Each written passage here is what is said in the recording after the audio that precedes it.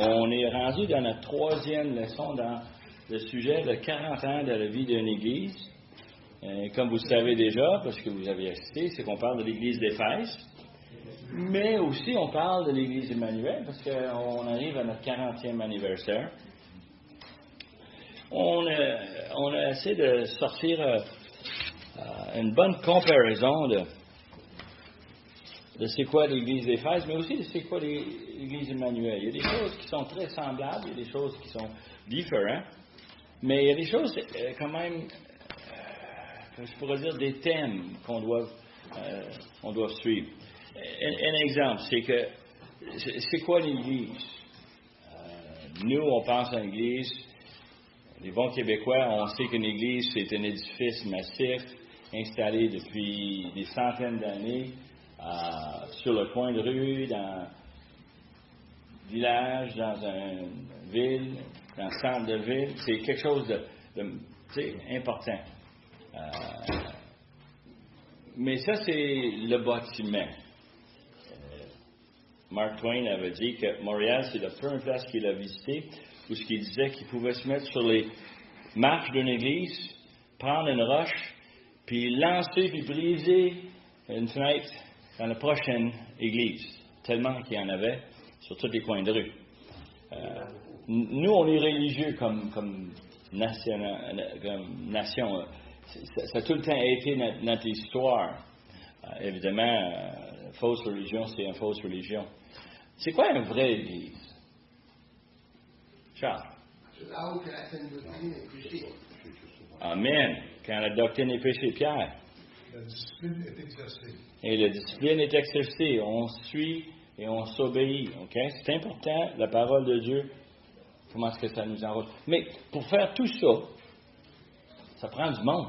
Exactement. Une église, c'est nous. C'est les êtres humains. C'est des hommes et des femmes qui font partie d'une église parce que ils ont reçu la grâce de Dieu, n'est-ce pas? Dieu nous a envoyé son Fils payer nos péchés. Le pardon est disponible parce que Dieu voulait nous choisir, nous mettre ensemble. Et justement, c'est une des bénédictions parce qu'ensemble, on peut servir ensemble, on peut s'encourager. On parle de toutes les choses, des problèmes qu'on a à gauche et à droite, mais quand on est plus qu'un, quand on est 2, 3, 4 qui prient ensemble, il me semble que c'est bien moins douloureux que d'être tout seul dans le trou. Hein? Et alors, l'idée de servir, de s'encourager, de partager cette bonne nouvelle. Et c'est ça qu'on a vu initialement lorsqu'on a regardé l'Église d'Éphèse. L'Église d'Éphèse a commencé très simplement, et c'est pas par accident. C'est une œuvre du Saint-Esprit qui a commencé il y a longtemps avant que l'an 50, quand l'Église a commencé. Ça a commencé avec, on a parlé de ça, la conversion de Paul.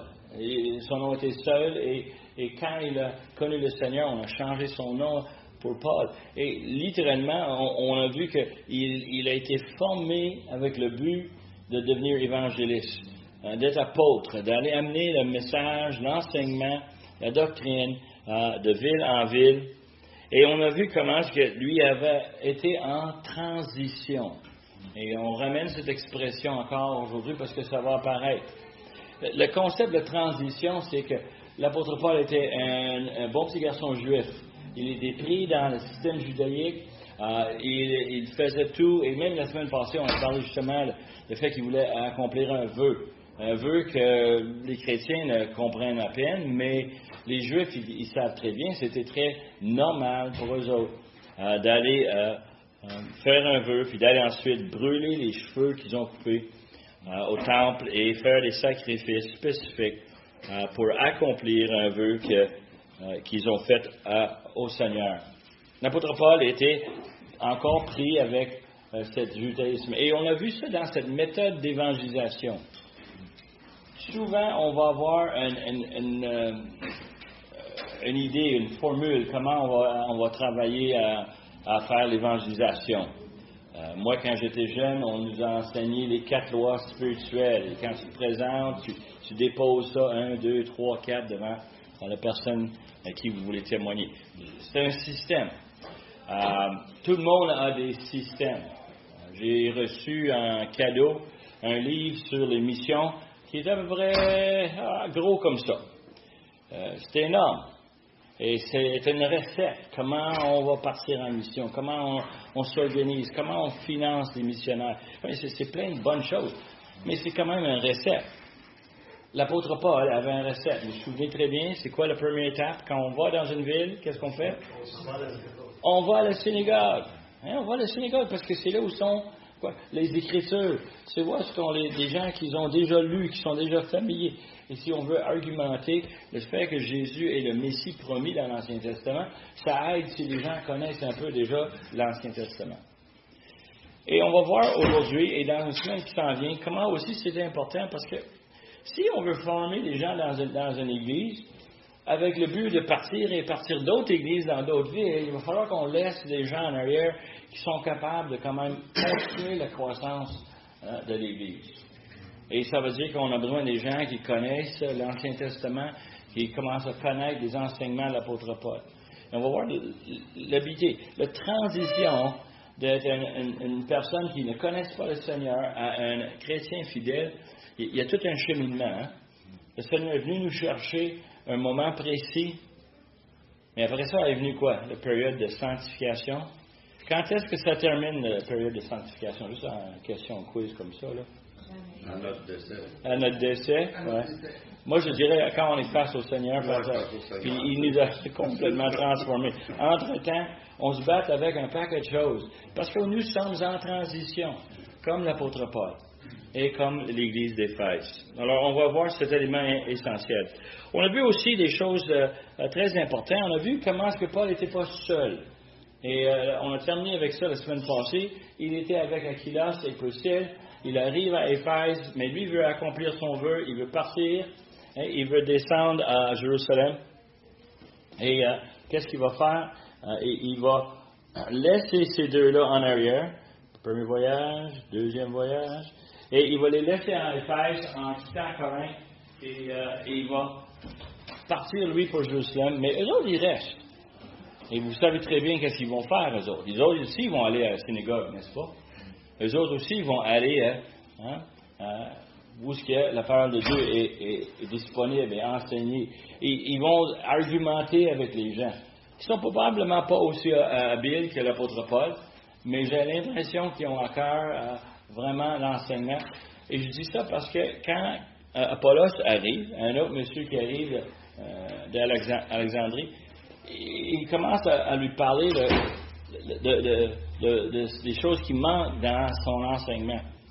Apollos était une personne habile, une personne instruite, une personne qui comprend ça, pour découvrir qu'en fin de compte, il connaît très bien Jean-Baptiste, mais il ne connaît pas Jésus. Et qu'est-ce qui arrive? Priscille, Aquilas le prend de côté. Hey, viens chez nous. On va vous expliquer des choses, là, puis on va rendre ce que tu connais beaucoup plus complet. Et il faut le dire, si moi je connaissais Jean-Baptiste, c'est bien parce que Jean-Baptiste parlait de la repentance. La repentance est essentielle si on veut rencontrer le Seigneur. On a besoin de cette repentance, cette préparation. Mais avec ça vient quoi? La foi dans notre Seigneur Jésus, dans le sacrifice qu'il a fait sur la croix. Alors, il faut être instruit dans cet évangile, cette bonne nouvelle qui arrive. Alors, on voit ces deux personnes. Juste pour vous mentionner, on a laissé Apollos la semaine passée. Il a quitté Éphèse pour aller à Corinthe. Et l'apôtre Paul nous dit dans 1 Corinthiens que quoi? Paul a semé, mais Apollos a... Il a arrosé. L'idée, c'est qu'on est plus qu'un travailleur et clairement, Apollos avait un ministère auprès des Corinthiens. C'est pas terminé. Apollos, on va revenir avec lui. Aquilas reste en Éphèse, Apollos s'en va en Corinthe et Paul revient à Jérusalem pour compléter son but. Oui. C'est ça? C'est tout ce qu'on a laissé. Il y en a beaucoup plus d'hommes qui travaillent. Ben, justement, moi je voulais juste vous donner l'avant-goût, c'est que l'apôtre Paul avait d'autres hommes. On va parler justement de ça. Et l'apôtre Paul va arriver à un point en transition où il va réaliser que c'est bien fun d'avoir Timothée, c'est bien fun d'avoir Silas, c'est bien fun d'avoir Luc avec lui, avoir tous ces hommes qui viennent, qui font le ministère avec lui. Et c'est vraiment une équipe missionnaire, c'est fantastique. Mais il y a besoin de plus que ça. Et c'est on le voit à travers son deuxième voyage, on le voit à travers son troisième voyage aussi. Et c'est bien cité dans les Actes des Apôtres que l'apôtre Paul voulait retourner dans les villes où il avait déjà passé. Et une des choses que Actes nous dit, c'est qu'il est retourné avec le but de faire choisir, de choisir des anciens dans les églises, en sachant qu'ils ont besoin de direction, qui lui n'est pas toujours là, et il réalise très bien, ils ont besoin eux-mêmes de l'encouragement, d'une structure, d'une organisation simple, mais efficace pour l'enseignement de la parole et pour l'évangélisation. Ce que je voulais faire le commentaire par rapport à tous ces gens-là, incluant Apollos, incluant Priscille, Aquila, tous les gens avec qui ils ont un rôle à jouer. Nous sommes les enfants de Dieu, nous sommes en transition. Et j'ai mentionné dans les messages précédents que Dieu nous prend comme des pierres dures, pointues, raides. Il nous met dans une barille puis il nous brasse. Pourquoi? Pour nous arrondir, nous rendre lisses, rendre belles. Et quand on pense à les enfants de Dieu, là, moi je pense à souvent les gens qui sont venus à l'Église et qui avaient certaines pensées, certaines logiques, certaines formations.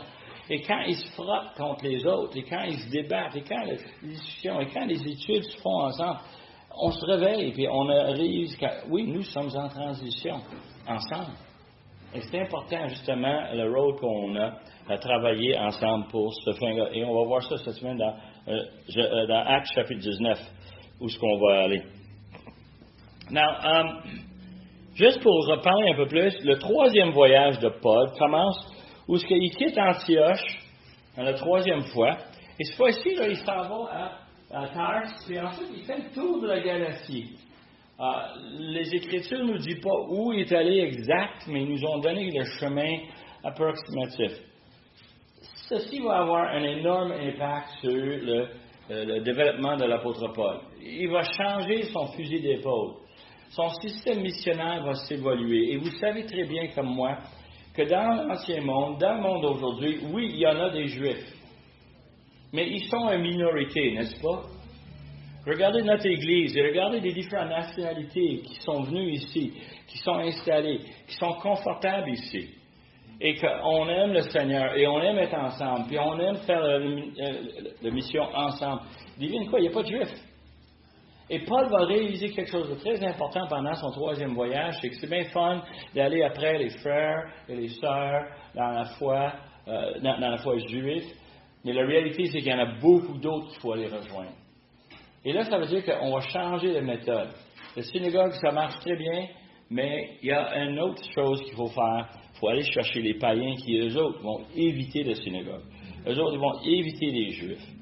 Et là, c'est le temps d'aller les chercher pour le Seigneur. Alors, on voit ça dans le troisième voyage. Et dans le troisième voyage, il traverse le Galatie et il arrive à Éphèse. Drôle, hein, parce qu'il avait laissé Éphèse avec le commentaire que si le Seigneur veut, je vais revenir. Bien, il est revenu. Puis il n'est pas revenu en petite visite, là. On va voir que Paul va s'investir dans l'église d'Éphèse parce que les besoins sont énormes. Et dans le chapitre 19, on a plein d'exemples des besoins où ce qu'ils avaient justement, Paul avait de quoi à faire. Now, dans Actes 19, il nous dit que pendant Apollos était à Corinthe, Paul, après avoir parcouru les hautes provinces d'Asie, il arrivait à Éphèse. Comme je dis, on ne nous dit pas où, quelle ville, mais on sait que c'est probablement au nord de Galatie. Pourquoi? Parce qu'il avait déjà fait 2 voyages dans le sud de Galatie. Là, c'est le temps d'aller au nord. Et il arrive à Éphèse. Il faut comprendre qu'il est parti, il est allé à Jérusalem, il remplit son vœu, il est retourné à Antioche, et là, il a commencé son randonnée dans le nord. Ça fait des mois qu'il est parti. On n'a pas de date exacte, mais on sait que ça fait pas mal de longtemps. Il y a des choses qui se sont arrivées à Éphèse pendant qu'il est parti. Ça n'a pas resté à rien faire. Alors, quand il revient, il constate les besoins, il constate la croissance, et il retourne. Verset 1, la deuxième partie. Ayant rencontré quelques disciples, il leur dit, avez-vous reçu le Saint-Esprit? Quand vous avez cru, quand avez-vous cru? Ils répondirent, nous n'avons pas de même entendu dire qu'il y a un Saint-Esprit. Il dit, de quel baptême avez-vous donc été baptisés? Ils répondirent, du baptême de Jean. Alors Paul dit, Jean a baptisé du baptême de repentance, disant au peuple de croire en celui qui venait après lui, c'est-à-dire en Jésus. Et sur ces paroles, ils furent baptisés au nom du Seigneur Jésus. Lorsque Paul leur eut imposé les mains, le Saint-Esprit vint sur eux, ils parlent en langue et prophétisaient. Ils étaient en tout environ 12 hommes. Paul arrive à Éphèse, il rencontre des gens qui s'identifient comme disciples. Et là, il y a une très bonne question à se poser. Quelle sorte de disciple que c'est, ça? C'est quoi un disciple? Très simple, un disciple, c'est quelqu'un qui suit le maître. Mais quel maître? Le système judaïque était basé sur des rabbins qui enseignaient. Et si les gens étaient très impressionnés avec un rabbin, ils vont faire quoi? Ils vont le suivre. Il y en a qui investissent tout. Eux autres, littéralement, ils se payaient une formation en suivant le rabbin partout où il allait et en l'écoutant et en apprenant. Et c'est une façon de suivre. On les appelait des disciples. Mais les disciples du maître, c'est qui le maître? C'est le Seigneur Jésus. L'apôtre Paul, il comprend très bien. Sur le chemin de Damas, il a rencontré le maître. Et lui, c'est un disciple. Il comprend dans sa tête, un disciple, c'est celui qui suit le Seigneur. Alors, il pose la question, et la question est fascinante. Il pose la question, est-ce que vous avez reçu le Saint-Esprit? Non, l'idée, c'est que quand est-ce qu'on reçoit le Saint-Esprit? Charles? Par la repentance, c'est la nouvelle naissance. La nouvelle naissance, la repentance. Est-ce qu'on est d'accord avec ça? Tout le monde achète ça? Amen. Amen, OK. C'est ça que les Écritures nous enseignent. On peut passer plein de temps à regarder les différents passages. Quand l'Esprit Saint vient, c'est quand on accepte le Seigneur. Et on accepte le Seigneur quand on tourne de nos péchés et quand on se donne à lui. Et c'est simple. Cependant, ces gars-là, ils se disent disciples, mais en réalité, on pose la question, enfin, disciples de qui? Et là, ils ont dit, Paul, il pose la question, de qui est-ce que vous êtes baptisés? De Jean. Ting! Les lumières sont allumées. All right? Ceux qui suivaient Jean-Baptiste, est-ce qu'ils étaient nécessairement les suiveurs de Jésus? Pas du tout. On a vu ça chez Apollos. Alors, on va voir le même scénario qui va se reproduire. Ils ont besoin de plus d'informations pour être capables de comprendre que Jean-Baptiste annonçait l'arrivée du Messie, il annonçait l'arrivée de Jésus-Christ, et il faut comprendre c'est qui Jésus-Christ. C'est plus important. Jean avait bien dit, moi je ne suis pas digne de quoi? De tâcher ses sandales. Un travail le plus mignon, le plus petit. Hein? Mais Jean, il ne se croyait pas digne de ça. C'est pas lui qu'on doit suivre, c'est notre Seigneur Jésus. Et là, on réalise très rapidement que ces hommes-là avaient commencé une transition vers la bonne chose, le Seigneur, mais ils ne se sont pas rendus. Et l'apôtre Paul, il n'a pas perdu un instant, il a pris le temps de leur montrer, et les autres, ils sont fait baptiser, mais baptiser cette fois-ci, comme enfants de Dieu. Et ça, il faut comprendre la différence. Il y a beaucoup de personnes qui croient dans le baptême. Moi, j'ai des amis qui sont des pédobaptistes, c'est-à-dire qu'on baptise les enfants. L'enfant n'est pas capable d'accepter le Seigneur. Ils font parce que c'est une tradition dans leur Église, mais la réalité, et ils vont l'avouer. C'est pas ça qui sauve. C'est pas ça qui sauve. Mais la réalité, c'est que dans l'Église catholique, combien ici, anciennement les catholiques, est-ce que vous avez fait baptiser? Ouais, ça a fait quelque chose, une différence dans votre vie? Pas tant que ça, hein? Je ne me rappelle même pas. Hein? Tu ne me même pas. Bien. D'ailleurs, un des meilleurs arguments pour le baptême des croyants, c'est que quand on est baptisé par Jean le Baptiste, on se repent de nos péchés. Amen. D'accord? Je ne vois pas comment le baptême du Seigneur Jésus exclurait une repentance de première main. Hein? Ça n'a aucun sens. Non. Et d'ailleurs, tu vas voir le baptême de notre Seigneur Jésus, c'est un baptême de repentance, ou plus que ça. Et beaucoup plus, oui. C'est complet. Ouais. Et on tourne vers Jésus, on le suit, et on s'identifie avec quoi? Sa mort, enseveli, et là, tout à coup, le baptême prend un autre sens.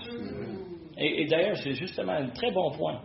Alors, quand on voit ceci, on voit très rapidement qu'ils avaient besoin de se faire éclaircir dans l'enseignement, dans la doctrine. Et ça, c'est une des caractéristiques qu'on voit souvent dans les églises, surtout les petits qui se forment.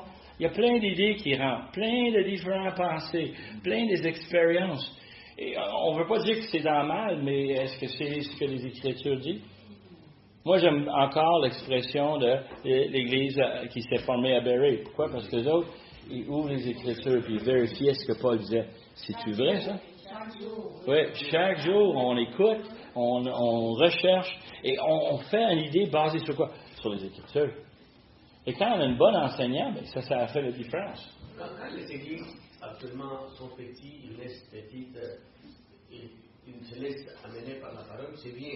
Mais nous devons être dans une sorte, même si on est des églises indépendantes, on doit être relevable avec des autres églises pour qu'on puisse être confronté avec des autres compréhensions et on puisse rester dans la sainte doctrine. Mais si on s'en va naviguer la mer toute seule, on peut aller par les vents des doctrines ici et là. À gauche, vers là. Et ça, c'est un point aussi. On réalise l'importance, l'interdépendance qu'on a pour nous garder sur le chemin et nous garder clairs sur la parole de Dieu. Alors, là, on a cette situation où ils ont eu le Saint-Esprit et ils ont le don des langues.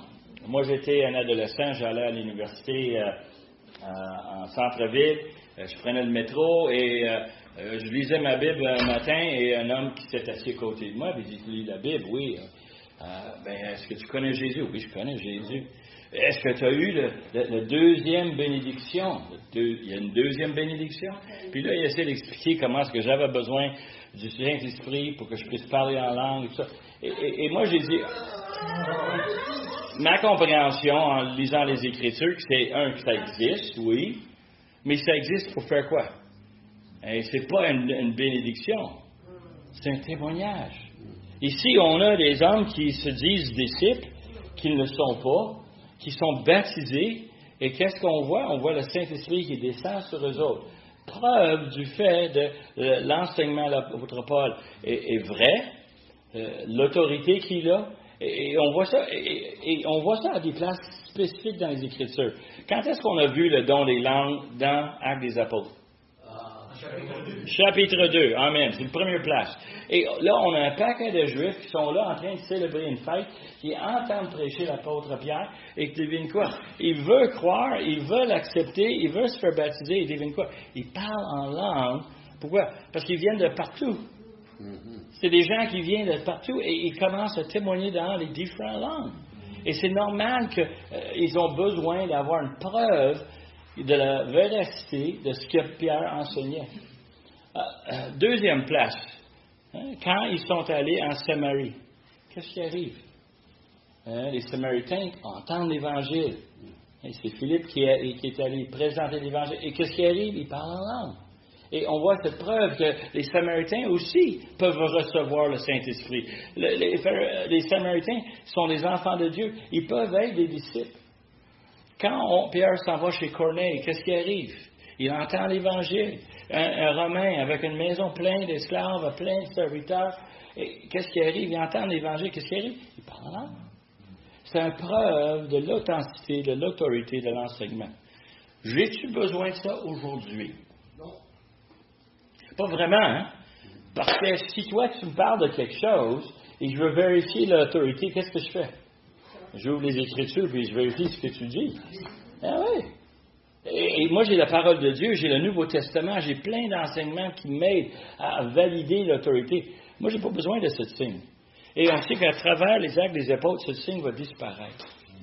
Mais ici, c'est une place où on en avait besoin pour démontrer la différence entre le baptême de Jean, les disciples de Jean, et le baptême de notre Seigneur, les disciples du Seigneur. Alors, c'est une évidence, une preuve très importante. Et ça, je trouve ça triste que les gens vont prendre les Actes des Apôtres comme étant une fondation, une racine doctrinale.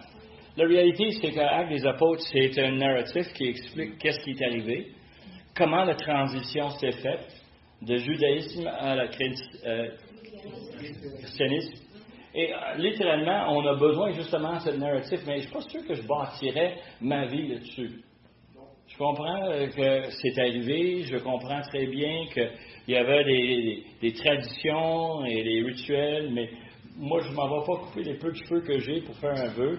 Puis 30 jours plus tard, me rendre à Jérusalem pour découvrir qu'il n'y a pas de temple où je peux offrir des sacrifices. La transition est là, dans Actes. Et on n'a pas besoin, nous, de bâtir sur cette transition et exiger que cette transition continue aujourd'hui. Il y a une autre transition qui se fait. Hein? Les épîtres qui vont nous dire comment nous comporter. C'est ça. Et d'ailleurs, combien de fois est-ce qu'on retourne pour justement chercher cette formation-là? Alors ça, c'était très important à constater cela. Verset 8 de chapitre 19. Paul, comme bien parmi nous, ne laisse pas de côté ses vieilles habitudes. Il y en a qui sont des habitudes qu'on devrait se débarrasser, mais il y en a des bonnes quand même. Et les bonnes arrivent dans verset 8. Ensuite, Paul, quoi? Il rentre dans la... Eh oui! Ils ont des copies de l'Ancien Testament. Ils sont quand même là. C'est des frères et des sœurs de la nation de Paul. Il a à cœur ces gens-là. Il va aller là-dedans puis il va les chercher pareil. Il a aussi le concept que si les Juifs me rejettent, ça me donne une licence pour aller annoncer l'Évangile aux païens, tant pis pour eux. Mais si je vais chez les païens, ça se peut que les Juifs vont dire, je veux rien savoir parce que tu passes ton temps chez les païens. Alors, c'est très important de constater, l'apôtre Paul, dans cette transition, il ne délaisse pas vraiment les choses qui marchent bien. Il a parlé librement, combien? Pendant 3 mois. Et nous, on a lu déjà d'autres passages dans Actes, n'est-ce pas? Combien de temps est-ce que ça prenait pour qu'il se faisait mettre dehors? Des fois, ça ne se prenait pas longtemps. 3 semaines. Ça prend 3 mois. Les gens ici, à Éphèse, les Juifs sont plus patients, plus prêts à l'écouter. Mais jusqu'à un certain moment où ce qui arrive, quoi? Il discourait les choses qui concernaient le royaume de Dieu. Et on a dit le royaume de Dieu, c'est l'évangile de Jésus, annoncé dans l'Ancien Testament, efforçant de persuader ceux qui l'écoutaient. Verset 9, mais comme quelques-uns restaient endurcis et incrédules, décriant devant la multitude la voix du Seigneur, il se retirait d'eux, séparait les disciples et enseignait chaque jour dans une école d'un nommé Tyrannus. Cela dura 2 ans, de sorte que tous ceux qui habitaient l'Asie, juifs et grecs, entendirent la parole du Seigneur. Luc, il donne un sommaire, c'est lui qui a écrit Actes, et il donne un sommaire de 2 ans d'activité dans ce paragraphe-là. Paul a commencé dans la synagogue, ça a bien été pendant 3 mois, mais à un moment donné, les cœurs endurcis. Est-ce que vous connaissez ça, les cœurs endurcis? On connaît ça, hein? Et je peux parler de mon propre cœur. Garde ton Jésus pour toi-même, que je l'aurais dit poliment en 2010, garde ton Jésus pour toi-même. T'es pas le seul. Moi, je l'ai reçu, ce message-là, à maintes et maintes reprises. Et moi, malheureusement, ça m'a fait de la peine. C'était des amis, c'était des connaissances de proches, c'était des collègues de travail, c'était même des membres de famille qui nous envoient promener avec les bonnes nouvelles. Et ça arrive, l'endurcissement des cœurs. Et puis, qu'est-ce qui arrive après ça? Comment c'est décrit? Je trouve ça fascinant. Il se retirait d'eux, sépara les disciples. Qu'est-ce qu'il a dit? Je m'en vais. Pierre, Charles, viens avec moi. Il les séparait d'eux autres. Il dit, on va aller ailleurs, nous. On ne reste pas ici avec des cœurs endurcis. On va aller quelque part où on peut parler librement de ce que Dieu a fait. Et il choisit une place. Non? Moi, je pensais que Tyrannus était un croyant. Le plus que je lis là-dessus, je constate qu'on n'est pas tous de la même opinion. Tyrannus était un professeur qui avait une école. Et dans le système grec, c'est que tu allais dans l'école d'un tel. Lui avait une école et évidemment, il fallait qu'on paye pour nos études. Alors, on était étudiants, on donnait l'argent au professeur, on s'assisait dans les bancs, puis on prenait des notes.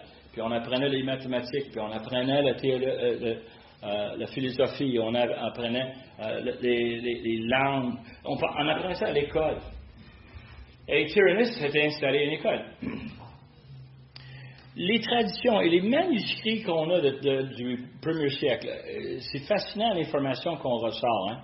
Dans les manuscrits, on parle justement de cette école de Tyrannus qui opérait dans les heures normales d'Éphèse. Les heures normales. Est-ce qu'on a des heures d'affaires normales? Chez nous, oui. 9 à 5. Amen. Moi, j'aime bien ça. 9 à 5. Ça passe bien. Malheureusement, Éphèse, c'était très chaud. Ils n'avaient pas l'air climatisé comme nous, on a. Alors, l'école était littéralement de 8 heures le matin à 11 heures, presque midi, et ça reprenait à 4 heures l'après-midi. Est-ce qu'il y a des places dans le monde où est-ce que ça se fait, ça? Oui. Partout, hein? Oh, yeah. L'apôtre Paul, ça a l'air, d'après les manuscrits, avait négocié avec Tyrannus une location. Je peux-tu louer la salle pendant le temps que vous n'êtes pas là? De 11 à 4, 5 heures chaque jour, l'apôtre Paul enseignait en chaleur, il enseignait à ses étudiants la parole de Dieu. Et quand je dis ses étudiants, on va aller plus en profondeur dans les semaines à venir, OK? Mais quand on a ici une école en Éphèse, opérée par l'apôtre Paul, comme je t'ai dit, il a constaté très rapidement que me promener avec Timothée, me promener avec Silas, avec Luc, avec tous les autres gars qu'on va nommer souvent dans les Écritures, comme compagnons de ministère, ça forme des gars bien. Il y a vraiment un succès là. Mais l'échelle est quand même réduite. On est sur la route, on est 2, 3, on part. Mais dans une salle de classe, on est 10, 15, 20. On a souvent des problèmes. On a une école qu'on a commencé en Shawinigan, et puis Mathieu Caron m'a dit ce printemps, il me disait qu'on a un problème. Il dit que l'église de Shawinigan n'est pas assez grande pour contenir le nombre d'étudiants qui viennent. Et on entend ça. Puis c'est toutes des églises frères, les églises ménonites, ils se ramassent tous. Et là, on se pose la question, bien, qu'est-ce qu'on fait? Mathieu, évidemment, c'est un gars qui rêve. Hein? On l'a déjà entendu prêcher ici. Hein? Mais lui, il veut bâtir. Il me parlait de construction, puis de budget. Puis... Hey, c'est normal. L'apôtre Paul a ce même problème. On a des hommes qui veulent entendre l'Évangile, des hommes qui veulent s'équiper, les hommes qui vont quoi? Et on voit dans le passage ici, quoi?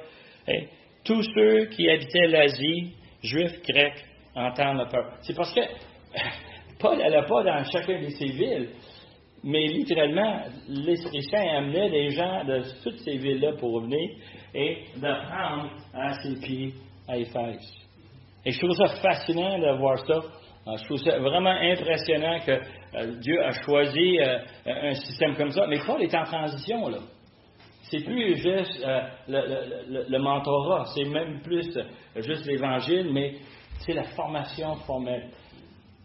Parmi les commentaires, la majorité de ce que j'ai lu, moi, c'est qu'on constate que dans l'Apocalypse, on a 7 églises. Les 7 églises, on croit, c'est des églises produites par l'école de Paul. Et ça, c'est fascinant. On va regarder ces églises plus en détail, parce que ça va nous aider à comprendre le rôle qu'Éphèse avait comme étant, on se sert de l'expression ici, pépinière. On n'aime pas ça que Benoît Boulay nous a quittés. Mais on est content parce qu'il y a une église à Alma qui profite justement de tout ce qu'il a appris, tout ce qu'il s'est maîtrisé ici, il va le mettre en pratique là-bas. Et on a plein d'exemples de ça, des gens qui nous ont quittés, qui sont allés ailleurs depuis 40 ans. Et d'ailleurs, on sait que c'est la bonne chose à faire. Le Saint-Esprit dirige de cette façon-là. Now, Paul a transitionné la méthode. Lui, sa façon d'évangéliser, c'était face à face. On comprend ça, les 4 lois spirituelles, je rencontre Jacques, je me présente, hey, je lui présente l'Évangile, je travaille avec lui. Ça, c'est comme ça que Paul travaillait. Mais la transition, c'est qu'il réalise très bien 2 Timothée 2.2, et vous le savez par cœur, sinon vous devrez le maîtriser. Oui, les 4 générations. Exact. Et ce que tu as entendu de moi, première génération, en présence de beaucoup de témoins, ok? Ça c'est Timothée et les témoins, confie-les à des hommes fidèles, 3e génération, hein? Et pour qu'ils soient capables de quoi? D'enseigner aussi à d'autres. Moi, j'ai l'impression qu'après 3 voyages missionnaires, l'apôtre Paul commence à démontrer une certaine âge. Je ne sais pas vous autres, mais il y en a quelques-uns parmi nous qui ont des cheveux blancs, ceux qui en restent. On sait qu'est-ce que c'est de devenir fatigué plus rapidement. Hein? On fait plus... qu'est-ce qu'on faisait? Les toits, chaque été, on faisait un toit. Mais plus à cette heure, hein? Non, moi non plus. Moi non plus. Paul était fatigué de tout ce qu'il avait fait. Pas parce qu'il l'a pas apprécié, mais il n'a plus l'énergie. Et il réalise, hey, c'est pas à moi de faire ça, là. Je suis pas seul. J'ai des bons gars qui sont avec moi. Il y a des personnes autour que le Saint-Esprit touche. Et on veut aller les chercher, les ramener pour l'enseignement. Alors, c'est important de réaliser que Paul a changé de fusil d'épaule. Il va évangéliser maintenant avec les programmes pour se reproduire. Et après, il fait ça pendant 2 ans. Alors, 2 ans, dans notre temps, c'est pas beaucoup. 2 ans, c'est quoi? Un diplôme d'études professionnelles au cégep, ça ferait ça 2 ans? C'est pas grand-chose. Mais si on allait à chaque jour, 6 fois par semaine, peut-être 7 fois par semaine. Incroyable. Et plus loin dans Actes, on va voir que Paul va dire aux Éphésiens que j'enseignais le jour et la nuit. La nuit, là, qu'est-ce qu'il faisait? De maison en maison. L'apôtre Paul, il enseignait toujours dans cette classe, mais c'est pas là où il arrêtait. Il allait partout, chez les familles, et il s'assisait avec eux autres, prendre un bouchée de pain, puis en même temps, on va parler de l'Évangile, on va parler de les grandes doctrines, on va les placer devant les gens. Pendant 2 ans, une formation intense, ok? Une formation sans arrêt. Et verset 11 nous dit que Dieu faisait des miracles extraordinaires par les mains de Paul, au point qu'il les appliquait sur les malades, les linges ou les mouchoirs qu'il avait touché son corps, et les maladies les quittaient et les esprits malins sortaient. Wow! On parle de puissance, là. Paul avait des puissances apostoliques afin de valider le message qu'il donnait, et les gens étaient tellement impressionnés qu'ils prenaient les linges. Non. Nous, on est des gens propres, n'est-ce pas? On touche dans le coude, OK?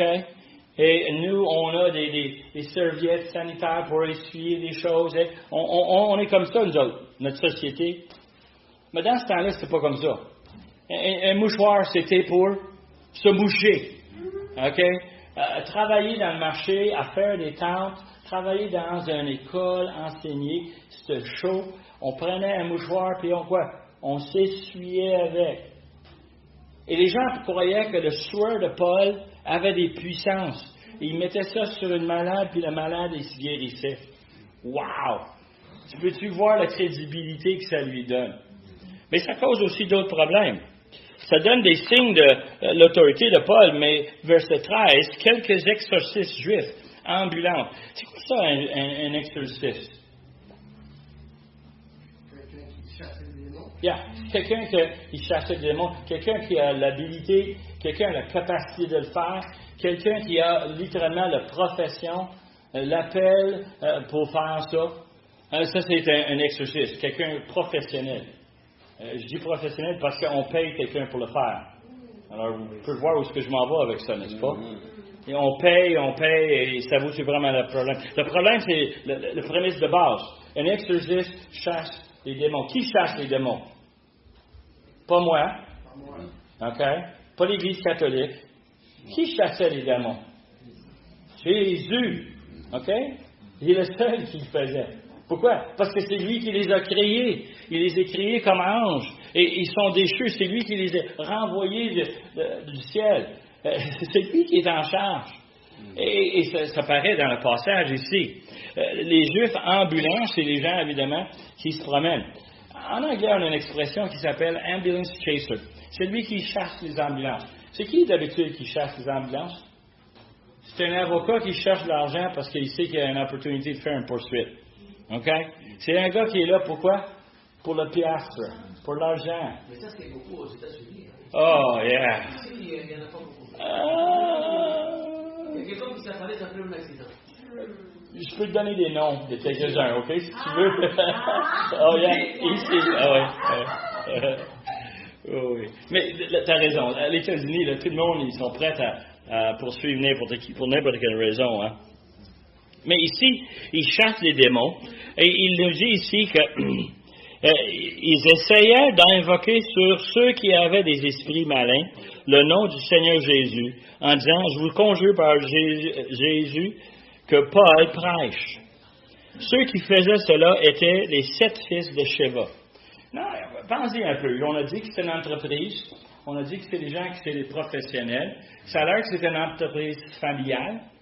Alors, papa a enseigné à ses fils les trucs nécessaires pour que les autres puissent gagner un salaire en faisant l'exorcisme des démons. Et le problème, c'est que on voit que les autres, ils arrivent, ils sont prêts à faire n'importe quoi pour améliorer leur rendement. Alors, ils prennent le temps de servir le nom du Seigneur Jésus. Et il arrive et il dit, je vous conjure par Jésus que Paul prêche. Donc, qu'est-ce que le démon en question, il répond? Et je trouve ça fascinant que le démon prend le temps d'expliquer les faits. Moi, je trouve ça, pour moi, comme enfant de Dieu, encourageant. Les démons, ils savent. Ils tremblent. S'il y a quelqu'un qu'on devrait au moins faire attention, c'est le fait que les démons, c'est qui et qui. Hein? Alors, ils disent ici, l'esprit malin, verset 15, répondit, je connais Jésus. Et je sais qui est Paul, mais vous, qui êtes-vous? Ah, voici. Tu peux voir la trame qui s'arrive, le temps, mais qu'est-ce qui arrive, là? On est supposé le chasser, puis c'est lui qui nous arrête. Et évidemment, qu'est-ce qu'il va faire, hein? Et verset 16. Et l'homme dans lequel était l'esprit malin s'élançait sur eux. Le mot grec ici veut dire sauter avec violence. OK? C'est grave, on fonce là-dessus, là. Il saute sur eux. Il se rendit maître de tous. Il y avait 2 des frères qui étaient là. Il les maltraitait, de sorte qu'ils sortaient, ils s'enfuient de cette maison nus et blessés. Maltraiter, ignorer, lui donner le pomme pourri. Tu peux maltraiter quelqu'un. Ici, là, maltraiter veut dire qu'il n'y a plus de linge. Ça veut dire qu'ils sont blessés, saignants. C'est grave. Le démon donne à cet homme un pouvoir additionnel, surhumain. Et ils passent par-dessus les deux et ils ne sont pas capables de se défendre. Tout ce qu'ils sont capables de faire, c'est de fuir, tout nus. C'est grave. Mais ce qui est fascinant, c'est ce qui suit. Cela fut connu de tous les Juifs, de tous les Grecs qui demeurent à Éphèse, et la crainte s'empara d'eux tous, et le nom du Seigneur Jésus était glorifié. Incroyable, hein? Ils pensaient prendre l'avantage de ce Jésus, de ce Paul, et à l'inverse. C'est qu'on donne la gloire, on donne l'honneur. Non, ce qui est important à comprendre, c'est que le nom de Jésus, le Dieu de Paul, devient un sujet important dans la ville d'Éphèse. Publicité. À un tel point, verset 18, que plusieurs qui savaient cru, venaient confesser et déclarer ce qu'ils avaient fait, et un certain nombre de ceux qui avaient exercé des armes magiques, ayant apporté leurs livres, les brûlèrent devant le monde, et on a estimé la valeur de 50 000 pièces d'argent. C'est ainsi que la parole du Seigneur croît sa puissance en foi. Une prochaine évidence de l'influence de l'autorité de notre Seigneur Jésus, de la mission de Paul, c'est qu'on a ces gens-là qui amènent quoi? Tous leurs bouquins, tous leurs rouleaux, tous leurs parchemins qui leur donnaient les petits codes secrets, les arts magiques. Éphèse, c'était une ville incroyablement pourrie. Il faut comprendre que c'était une ville qui était excessivement religieuse. Et quand on voit cette situation, on dit, wow, c'est vraiment pénible. Et eux autres, ils vont tous le brûler. Et toute la ville va le voir. Quand tu fais un feu de même, tout le monde dit, qu'est-ce qui se passe? Oh, ben, on brûle nos livres, on n'a plus besoin de ça. On a le Seigneur Jésus. On a les Écritures. Hein? Et dans notre argent aujourd'hui, on ne sait même pas comment estimer la valeur, tellement que c'est énorme. C'est beaucoup. C'est quelque chose de spécial. Well, Paul, verset 21, va se faire un plan. Paul fait tout le temps des plans, tu le connais bien. Hein? Et son plan, c'est de quoi? De retourner maintenant à Macédoine et à l'Achaïe. Ça veut dire qu'il retourne en Grèce et il veut revisiter les autres églises. Son but, c'est de retourner à Jérusalem. Et ensuite, il veut faire un plan pour aller à Rome. Et nous, on appelle ça le 4e voyage. Il va faire le 4e voyage après qu'il est retourné à Jérusalem. Sauf qu'il ne va pas le faire comme il l'avait planifié. On fait des plans, n'est-ce pas? Tout le monde ici fait des plans? Est-ce que ça marche toujours? Non. Pas toujours. Hein? Et la tristesse fait en sorte qu'on va admettre que Dieu est en contrôle de toutes choses. Et l'apôtre Paul, il va faire son 4e voyage à Rome, mais il va le faire menotter. OK? Vous savez très bien, on a déjà lu les Actes des Apôtres, on sait qu'est-ce qui arrive. C'est fascinant de voir ceci. Maintenant, verset 23, on n'a pas le temps de lire ça en détail, et vous pouvez le lire. Moi, je trouve ça fascinant. Parce que pour moi, là, j'aime ça un téléroman. J'aime ça les choses qui suivent, un sens logique. Je ne sais pas vous autres, là, mais moi, ça m'intéresse énormément. Avec toutes les démonstrations à Éphèse pendant 2 ans d'études, pendant 3 mois dans la synagogue, un total, on nous dit, de 3 ans, l'apôtre Paul était là.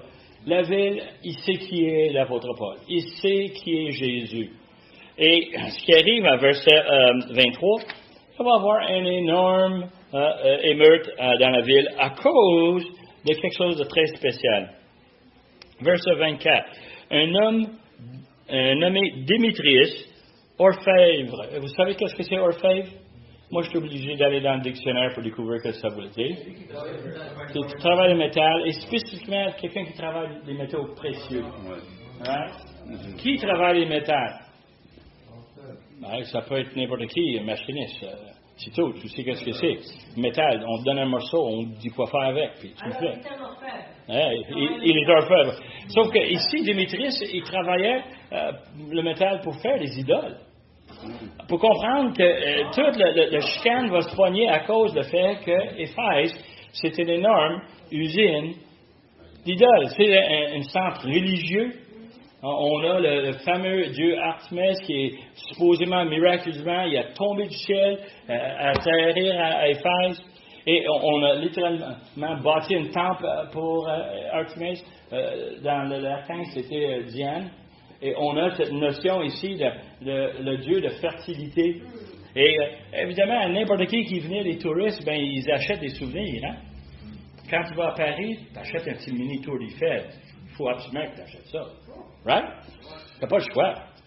Tu es en voyage, il faut que tu annonces ça. Hey, les gens, ils fabriquent les idoles parce que, hey, on veut un statut semblable à celui qu'on a vu dans le temple d'Artémis. On veut avoir toutes ces choses-là. Ils fabriquent ça, puis ils font une fortune.